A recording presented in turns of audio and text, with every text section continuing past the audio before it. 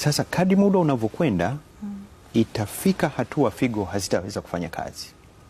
Sasa unaletwa kwetu pale kwa ajili ya kusafishwa. Na niliweke vizuri, ile kusafisha kwa 95% ya wale wagonjwa sio tiba. Tunakusafisha figo ili tutafute ndugu hawezi kukutolea figo, tukuwekee figo ingine. Sasa unasafishwa figo mara 3 kwa wiki.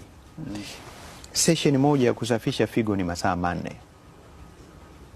Na siku unakuja kusafisha figo pale, hiyo siku huwezi kufanya kazi yote. Ukitoka kwenye yale masaa 4, huna nguvu, umechoka, unarudi nyumbani. Kwa ukisafishwa mara 3 kwa wiki, ina maana hiyo wiki huwezi kufanya kazi.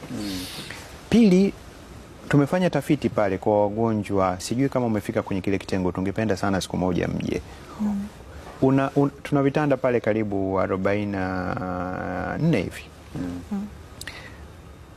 Wagonjwa 44 wako kwenye vitanda. Wewe unaona damu yako inavyotoka nje, kwa sababu tunaitoa damu yote nje, unaiona inatoka nje, inasafishwa, inakurudia. Ukitizama pembeni huku mwingine huyu, ukitizama pale pembeni, 3% kati yao wanapata msongo wa mawazo.